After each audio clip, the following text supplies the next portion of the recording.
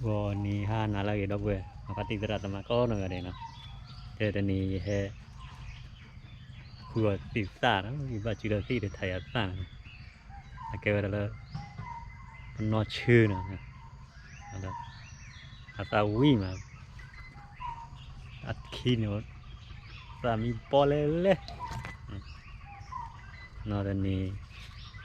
awala di chư chi ya ni ti nya ba no. O no blo di ka. No ata di là khi nào đó đúng này nè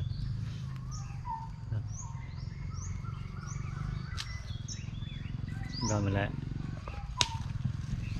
và thì và bè đi từ nhau và mình lại ra lò đó đúng đó là có thể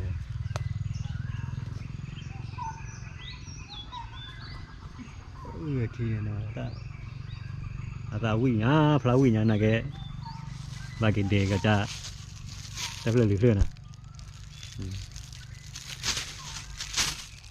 thì ra tới đó.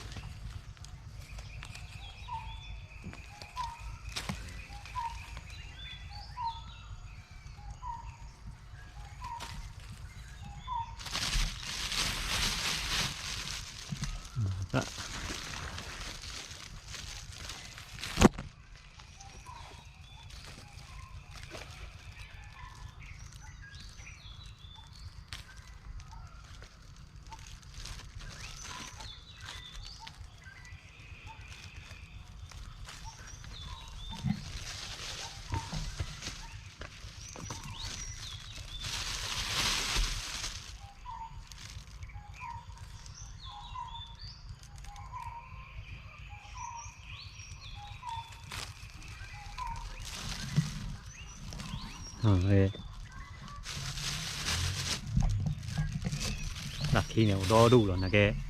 bầm lại cứ có được lửa này ở đây đi đây là tạm mi và lò của cái này đỏ vá là nó chưa ta đi pha lò cho đo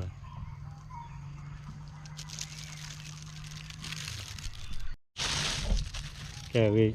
nó ta nếu có ốp dài dang nó chưa thì gì nhỉ giờ này nó ốp rồi đỏ vá lắm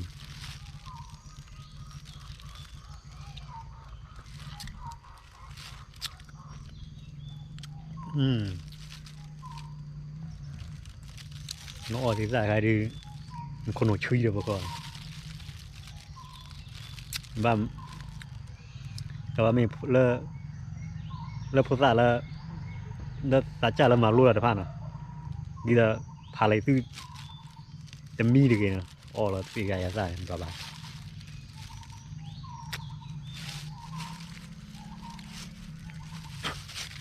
lên mà lửa vậy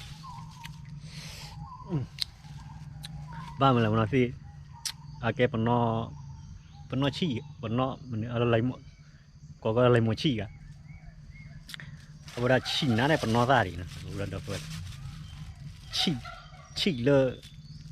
đã lấy được tiền mà chỉ bây giờ tu solo nó cái nó ở gì phải là chạy đá chỉ được phần con này ao về cái đi về cái plan của ta con này cái chỗ về con lon này là chữ về cái plan của ta rồi ok cái lo nào bây giờ khi được chơi mười rồi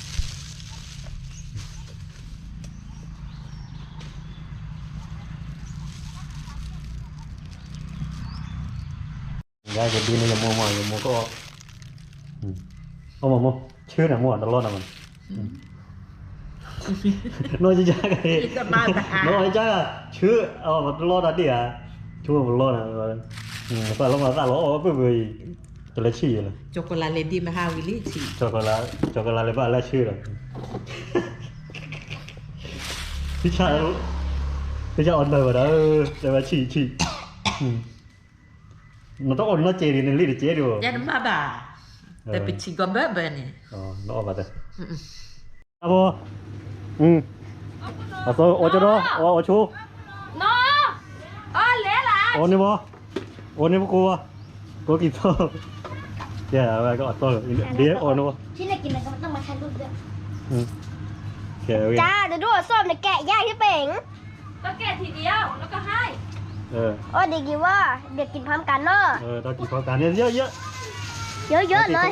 ก็คิดคนละ มันแกะยากที่ ค เป่ น ง ละโลกเองฮะมันรู้แล้วล่ะ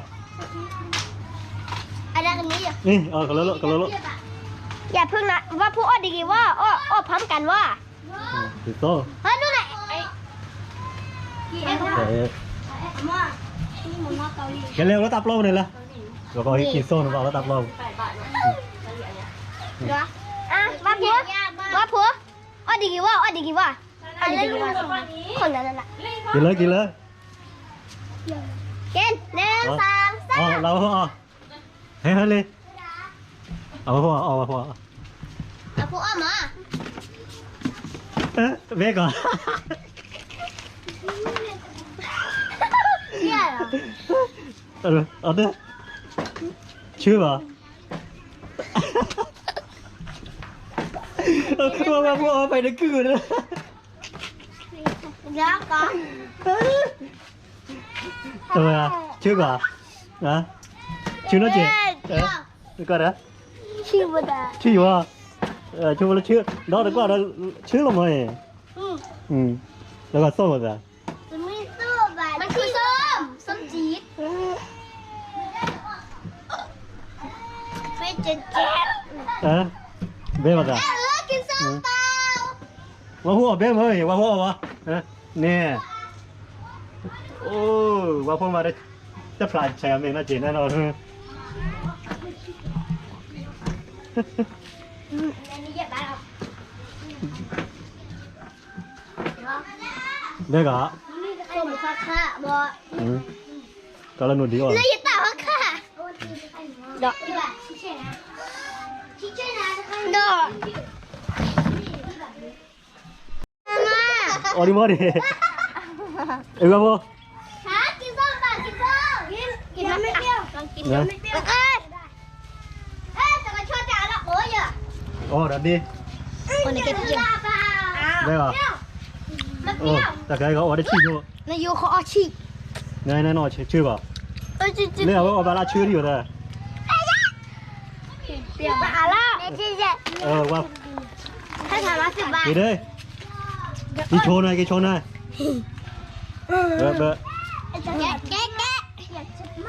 เก็บหน่อยเด้ ยังไม่แกะขอ10 บาท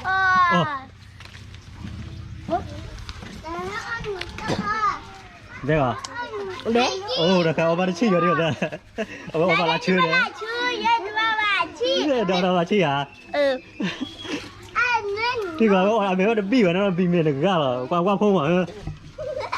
ได้ป่ะ เปรี้ยว ได้ป่ะพ่อโอ้เบ้ แม่คนนี้คนมาดิ เด้อ เบลจีเลย ชื่ออ่ะ ชื่ออะ ชื่ออ่ะ ชื่ออะเพราะว่าเป็นดาบจังหวัดเอ้ยเยอะ อ๋อดิอ๋อตอนนี้ ให้สิ ชื่อว่าชื่อหรอ เอสบีอร่อยจนต้องร้องไห้เพราะว่าหวานเกิน นี่เดีย ยี่กินได้ไหม แล้วนี่ยุ่งไม่ขึ้นนี่อย่าเฮียอย่าเล่นซื้อก่อนดิไม่เอาอันนี้ป่ะเอาส้มป่ะเปรี้ยวเปรี้ยว ได้ป่ะ พี่ดูนี่สาว ชื่อว่าชื่ออะไรชื่ออ๋อ ไม่ให้อะไรโจ๊กกับไอ้นี่นปี้มาเดินลงไปหา เฮ้ยเล่นน้องบีที่เอาน้องบีเพื่อ แล้วไปให้ดูน่ะ เดี๋ยวเล่นน้องบี กินแล้วเดี๋ยวก็เปรี้ยวไม่ใช่อร่อยเลยชื่อบาดอ่ะเปรี้ยวดิชื่อว่าชื่ออะไรชื่ออะไรก็ว่าชื่อนะว่าจะชื่อ จอมส้มนะส้มซ่าส้มซ่าแอบเปรี้ยวส้มซ่าไม่เอา เฮ้ยก็เลยคือเยอะเลยเรากับเพลงกับเพลงเลยก็เลยโอเค เสื้อเอ็นจะโอนเลยนะ เบ้ก็จะไปชอ เบี้ยจะไปอยู่โอนเลย เบ้หมอโอ้บาร์ราชีว่าใช่ได้เอาบาราชื่อนะมันต้องพูดใจดี ก็ไทยคนอ่ะโอ้ดิอ่ะ เดือกก็ละ ชื่อว่าชื่อหรอ เอสบีอร่อยจนต้องร้องไห้เพราะว่าหวานเกิน นี่เดียว ยี่กินได้ไหม แล้วนี่ยุ่งไม่ขึ้นนี่อ่ะเฮียเล่นสีก่อนดิไม่เอาอันนี้ปลาเอาส้มปลาเปรี้ยวเด็กเหรอ พี่ดูนี่ค่ะเอามา ชื่อว่าชื่ออะไรชื่อเหรออ๋อ ไม่ให้เราโจ๊กกับไอ้นี่นกปีมาเดินนกไปให้เล่นนอตบี้เดี๋ยวนอตบี้เพื่อเราไปให้ดูน่ะ แต่เล่นนอตบี้กินแล้วเดี๋ยวก็เปรี้ยวไม่ใช่อร่อยเลยชื่อบ้าด่ะเปรี้ยวเบ๊ะชื่อว่าชื่ออะไรชื่ออะไรก็ว่าชื่อนะว่าจะชื่อส้มนะส้มเฮ้ยก็เลยคือเยอะเลยเรากับเพลงเลยก็เลยโอ้จีเอ็นโจ๊กเบ้ก็จะไปชอจะไปอยู่โอลุนเบ้หมอโอ้ไปเราดัชชีว่าใช่ได้เอาไว้บาลาชื่อนะก็ไทยคนอ่ะโอเดียเดือกก็ละเดี๋ยวไอ้อดัชชีนบัตเตอร์หรอว่าอาชีพเอาว่าอาชีพอะกว่าวันหลังเลยเลยพลุยดื้อไปใครมีละหมดแล้วเดี๋ยวได้ใจดีกว่านะไปใจดัชชีอะเนาะโอ้ว่าเพราะว่าใครจะกึ่งมาเลยหมดแล้วเดี๋ยวหนูเดี๋ยวหนูเปียโอ้เปียอะไรอ่ะว่าพวกนั้นก็โน่นะว่าแบบนี้ดัชชีจะใช้ได้ไหมแล้วชนีส้มไปตะไคร้นี่นำมาตื้อนะว่าดัชชีก็เปียแล้วบอกไปให้ผู้ขายนำมาตื้อนี่จะชิกจะชิกกันขี้กันได้เดี๋ยวไปที่จีนกันดีที่แบบปาร์ตี้ที่จอจีนนะบ่าโน่กะพายอันนี้ก่อยละพายนี่อู้ดีกว่าเบื่ออ๋อยาเพื่อไฟปืนไม่กี่วะ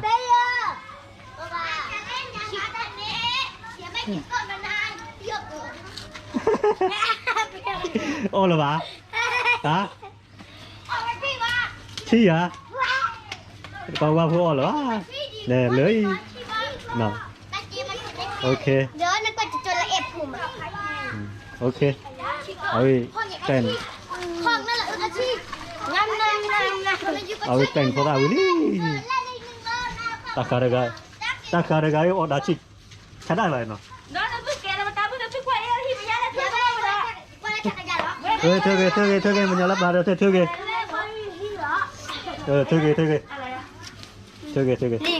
ว่าพ่อจะ8 บาทน้องแม็กลูกเธอเปรี้ยวมากกับเปรี้ยวเหรอหวานอร่อยเดี๋ยวเกลนเขาได้วิลี่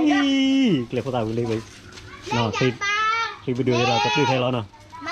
แล้วก็ที่เราก็ได้ช่วยญาติเชื่อเราอยากข้าวบาย